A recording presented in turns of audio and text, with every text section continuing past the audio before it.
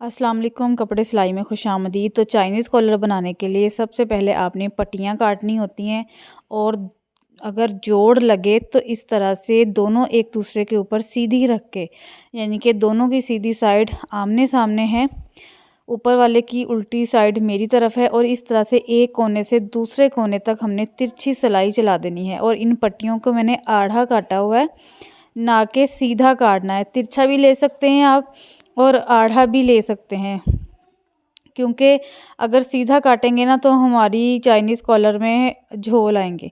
इस तरह से कटिंग कर देना है हमने और ये हमारा जोड़ लग गया है। अब हमारी जितनी लंबी पट्टी चाहें तो रेडी कर सकते हैं। और यहाँ पर तकरीबन पौना इंच की बुकरम की पट्टी काट के मैंने इस तरह से अटैच की है, आधा इंच अंदर की तरफ फोल्ड किया और बाकी का कपड़ा भी इस तरह से। मैंने बहुत दफ़ा चाइनीज़ कॉलर की पट्टी रेडी करना आप लोगों को सिखाया हुआ है। तकरीबन मैंने 40 इंच की ये पट्टी काट ली थी कि ताकि अगर कम ना पड़े, बढ़ गई तो फिर हम काट लेंगे। तो स्मॉल साइज़ का मैं ये गला बनाने जा रही हूँ। तो बंद वाली साइड से 2.5 इंच पर एक निशान लगाना है। इस तरह से बैक साइड मैंने बढ़ा कर रखी है, किनारे से इंची टेप रखते हुए। तो इस तरह से 8 इंच पर मैं निशान लगा रही हूँ, इस तरह से बिल्कुल सीधा नीचे की तरफ। मीडियम साइज़ है तो आप 8 इंच लगा लें और अगर स्मॉल साइज़ है तो आपने 7 से 7.5 इंच पर निशान लगा लेना है। पट्टियों को डबल फोल्ड करके सेंटर करने की ज़रूरत नहीं है। और यहाँ पर मुझे याद आया कि मैं तो स्मॉल साइज़ का नेक बना रही हूँ, तो मैंने 7 इंच पर, क्योंकि मुझे डीप नेक नहीं चाहिए था, तो फिर मैंने 7 इंच पर दोबारा से निशान लगाया।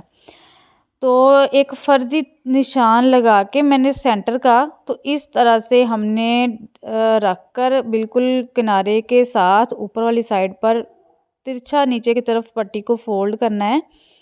बिल्कुल जो पहले निशान लगाया है उसके साथ साथ, और फिर बाहर वाली साइड पर एक और मार्किंग कर देनी है और अंदर वाली साइड पर आधा आधा इंच का मार्जिन छोड़ के तो इस तरह से कट कर लेना है। यहाँ पर भी मैं थोड़ा सा कट लगा रही हूँ, जहाँ तक हमारी पट्टी का एंड हुआ था, जो निशान लगा था। उसके बाद बारी आती है पीछे वाले हिस्से की। अगर तो फ्रंट बैक बराबर हैं तो आपने आधा इंच पर निशान लगा लेना है, नहीं तो इस तरह से आपने पौना इंच पर निशान लगा लेना है।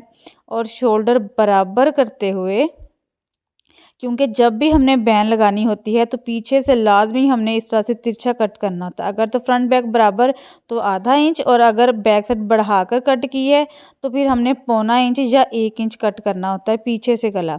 अभी शोल्डर जॉइन करने के बाद अंदर वाली साइड से इस तरह से तिरछा कट करना है, ताकि जब हम बैन या अपना चाइनीज़ कॉलर अटैच करें तो ये खिंचाव ना पड़े। और अभी इस तरह से दोबारा से ये जो हमने कटिंग की है इसके ऊपर ऊपर किनारे पर सिलाई चला रही हूँ, ताकि धागे जो है ना वो ना निकलें। अभी यहाँ पर लेस जो है थी वो बिल्कुल थोड़ी बची हुई थी, वरना उसको मैं थोड़ा सा कहीं फिक्स कर देती, वो मैं एंड पर बताऊंगी। पट्टी इस तरह से रेडी करनी है कि जो नीचे वाला हिस्सा है ना वो आपने ऊपर वाली बुकरम की पट्टी से थोड़ा थोड़ा बढ़ा कर रखना है।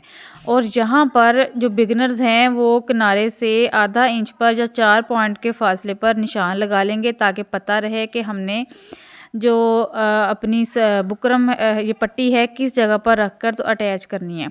अभी इस तरह से रखना है, आधा इंच कपड़ा अंदर की तरफ हो और बिल्कुल निशान के साथ साथ या अंदाजे के मुताबिक। अंदाज़ा तभी लगता है जब आप एक्सपर्ट बनते हैं, लेकिन जब आप शुरुआत कर रहे हैं तो फिर आपको निशानों के साथ जो है ना काम करने की ज़रूरत है। और यहाँ से तीरे का मार्जिन हमेशा बैन लगाएं या कॉलर लगाएं या इस तरह से चाइनीज़ पट्टी लगाएं तो पीछे की तरफ आपने रखना होता है। और इस जगह से मैं बिल्कुल थोड़ा सा ही कपड़ा जो है ना वो बीच में दे रही हूँ पट्टी के, ज़्यादा नहीं।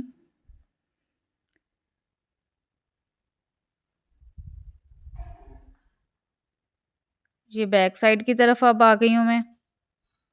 सबसे आसान गला और जल्दी बनने वाला गला और स्टाइलिश और मॉडर्न, कोई भी नाम इसको दे लें, कि इंतहाई खूबसूरत लगता है ये बना हुआ।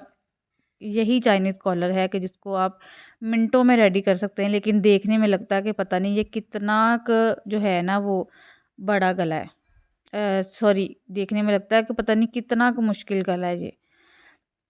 एक वक्त था कि जब मुझे ये गला सबसे मुश्किल लगा करता था, लेकिन आज मैं हर तरह का चाइनीज़ कॉलर देखते ही जो है वो मेरे ज़हन में आ जाता है कि हाँ, ये इस तरह से बना हुआ है।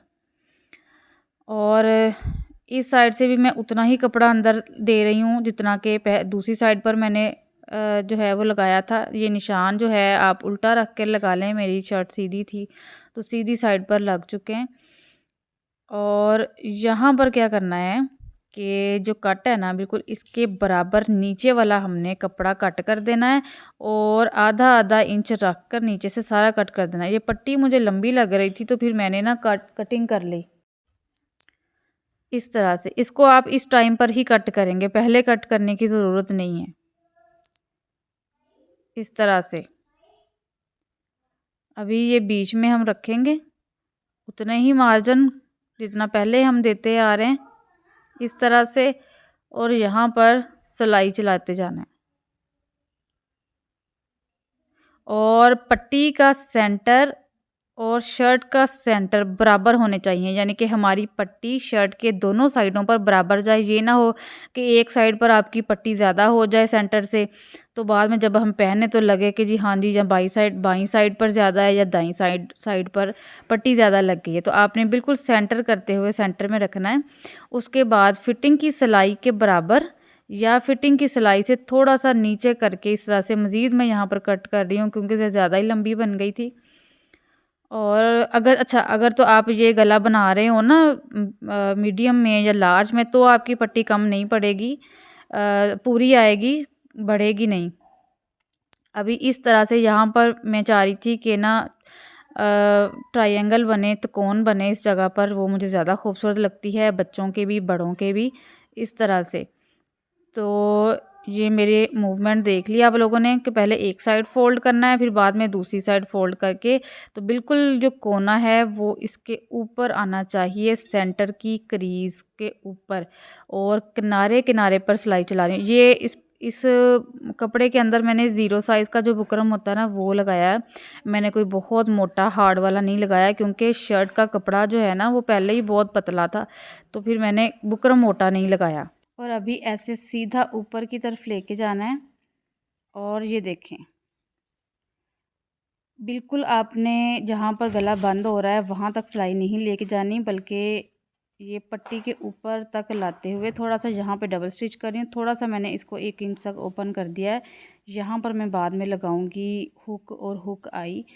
गले को अच्छे से प्रेस करने के लिए आपने चेस्ट के दोनों साइड्स के कपड़े को बराबर पकड़ते हुए पानी का स्प्रे करके, तो यहाँ पर अभी मैं इसको जो है ना वो शेप दूंगी अपनी पट्टी को, कि थोड़ी बहुत जो कसर रह गई है वो अब हम पानी की प्रेस लगा के तो इसको हम शेप देंगे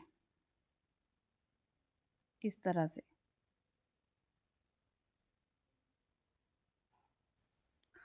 अभी यहाँ पर गले की डेप्थ 7 इंच और गले की जो चौड़ाई है ना वो तकरीबन 4.5 इतनी रेडी हुई, 4.5 पौने 5 इंच। और इस जगह पर मैं निशान लगा रही हूँ ताकि मैं हुक आई और हुक जब लगाऊँ तो दोनों बराबर लगें।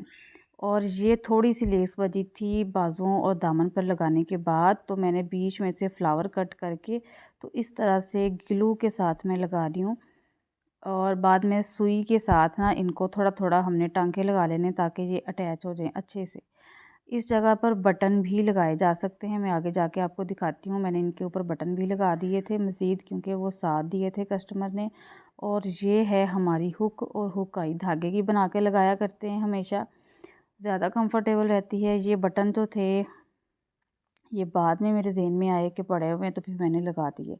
अभी मैं आपको इसके स्लीव्स और दामन दिखाती हूँ जो कि सेम है। ये ट्राउज़र का कपड़ा मैंने लगाया है इनके बाजुओं पर भी, और दामन के सिर्फ फ्रंट वाले हिस्से पर ये वाला डिज़ाइन बना है। और लेस लगाना है का तरीका किस तरह, ये वाली लेस किस तरह से लगाते हैं मैंने बाजू बनाना सिखाए हुए हैं, आप उनमें देख सकते हैं। अल्लाह हाफिज़।